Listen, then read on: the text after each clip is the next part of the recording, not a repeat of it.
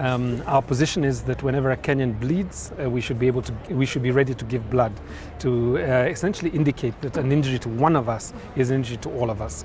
Terrorism is not an attack on a religion, it's not an attack on a community, it is an attack on our very culture and our sense of democracy in this country. We saw what has happened, so actually I heard that there's a tent at Bomb Blast, you can come and donate blood. I feel for them and I urge people to come and donate, so I took my time to come and donate too. Blood is always needed every now and then. For example, any woman who is at the theater, some they usually need help and they need blood actually. And as for the infant, they usually need blood. Another thing is that 1 pint of blood, your 1 pint of blood is going to save 3 lives. So how awesome is that? I'm kindly urging you guys to come more. Tomorrow we are going to be here and most probably by also Friday. But as for tomorrow, it's a guarantee we are going to be here. I'm kindly asking you guys to come forward and help us save life. It's all about humanity. We know that blood is life.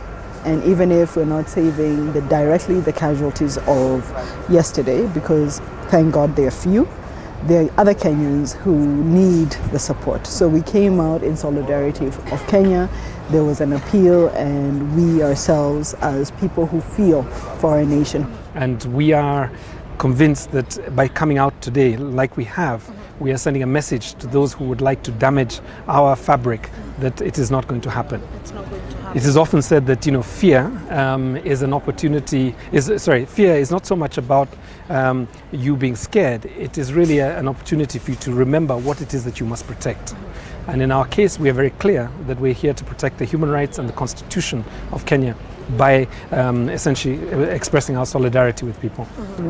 Every time this happens, it raises shocks and it raises trauma. And many of us may not necessarily realize that we've been shocked and traumatized, and we may need counseling. But there are opportunities, I think, through the Red Cross to also seek that, or through privately. It's a way of healing.